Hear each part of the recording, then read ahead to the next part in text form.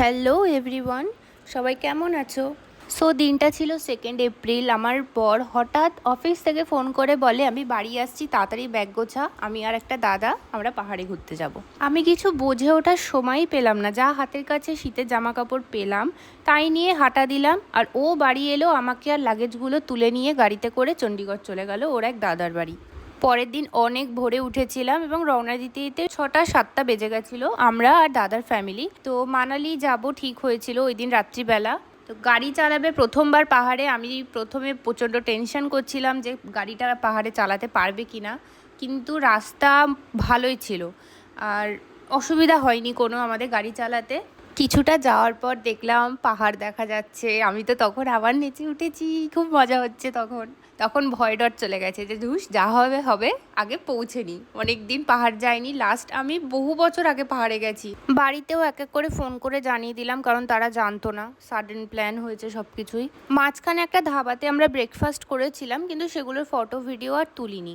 বিপাশা নদীটা কি সুন্দর লাগছে, আমরা এখানে দাঁড়িয়ে কিছু ফটোও তুলেছিলাম, সেই ফটোগুলো ইনস্টাগ্রামে দেওয়া আছে, তোমরা দেখেছো। তারপর কুলু পৌঁছে আমি একটু মোমো খেয়েছিলাম, আমার খুব খিদে পেয়ে গেছিলো, তখন প্রায় 2টো বেজে গেছে।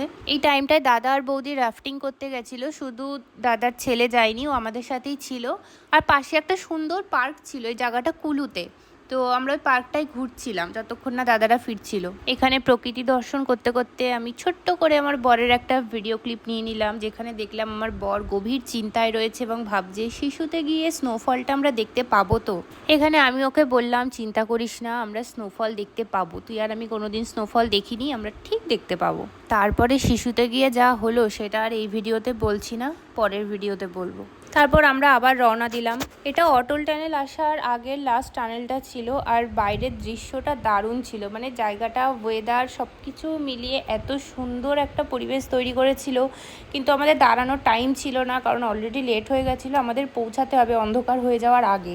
ও বাই দ্য ওয়ে, আমাদের শিশুতে যাওয়ার কথা ছিল না, সেটা আমরা রাস্তায় যেতে যেতে ঠিক করি মানালি অবধিই যেতাম। তো মানালি ক্রস করে আমরা অটল টানেল ক্রস করে শিশু পৌঁছে যাই। মানে কী লেভেলের সাহসটা বুঝতে পারছো? আর আমি তো শিশু কখনো যাইনি, আমার আইডিয়া ছিল না, আমি মানালি অবধিই গেছি। তো আমি বুঝতে পারিনি প্রথমে যে আমরা কতটা উপরে উঠতে চলেছি। যাই হোক, আজকের ভিডিও এই অবধি, অলরেডি প্রায় 3 মিনিটের কাছে হয়ে গেছে ভিডিও। নেক্সট ভিডিওয়ে দেখা হচ্ছে, টাটা।